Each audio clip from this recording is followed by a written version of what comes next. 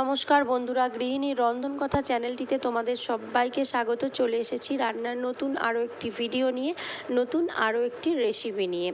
আজ আমাদের রান্না ছোলার ছাতু দিয়ে কচুরি। খুব সহজ পদ্ধতিতে খুব সুস্বাদু এই ছোলার ছাতু দিয়ে কচুরি আমরা বাড়িতে বানিয়ে ফেলেছি। সেই ভিডিওটি তোমাদের সঙ্গে শেয়ার করে নেব। তোমরা এখনও যারা আমাদের চ্যানেলটি সাবস্ক্রাইব করোনি, অবশ্যই আমাদের চ্যানেলটি সাবস্ক্রাইব করে দিও। তো পুরো ভিডিওটি দেখতে থাকো, স্কিপ না করে। আমরা ছোলার ছাতুর কচুরি কিভাবে বানিয়েছি। তো দেখো, প্রথমেই একটি পাত্রে নিয়ে নিচ্ছি ছাতু। 1.5 কাপ মতো ছাতু নিয়ে নিচ্ছি। 1 কাপ নিলাম আর 1/2 কাপ। আর নিয়ে নিচ্ছি অল্প আদা বাটা। পরিমাণগুলো আমি সব ভালোভাবে দেখিয়ে দিচ্ছি কতটা কি নিচ্ছি। চিলি ফ্লেক্স, ঘি, হিং, অল্প নিয়েছি হিং, পরিমাণ মতো লবণ,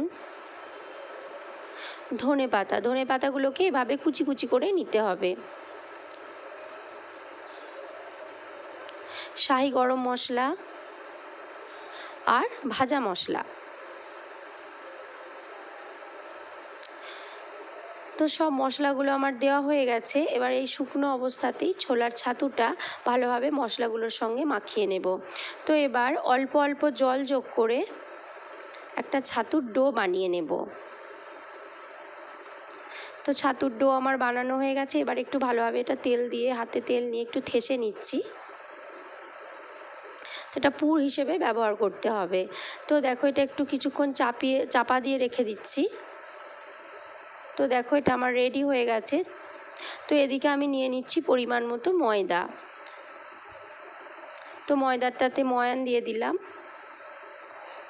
তো এবার ময়দাটা মেখে নেব। অল্প অল্প জল যোগ করে ময়দার একটা ডো বানিয়ে নিয়েছি। তো ভালো করে ঠেসে নিতে হবে। তো এবার দেখো, মাঝারি সাইজের লেচি কেটে নিয়েছি।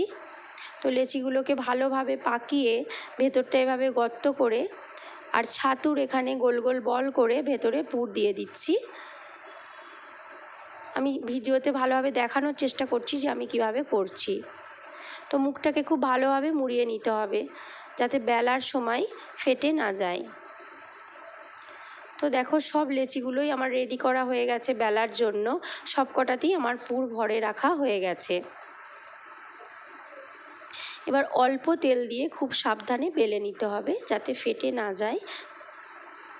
তো বন্ধুরা, যদি আমাদের রেসিপিটি ভালো লেগে থাকে অবশ্যই বাড়িতে ট্রাই করো।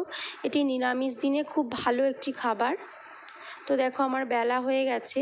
তো মা এদিকে কড়াইতে তেল দিয়ে দিয়েছে।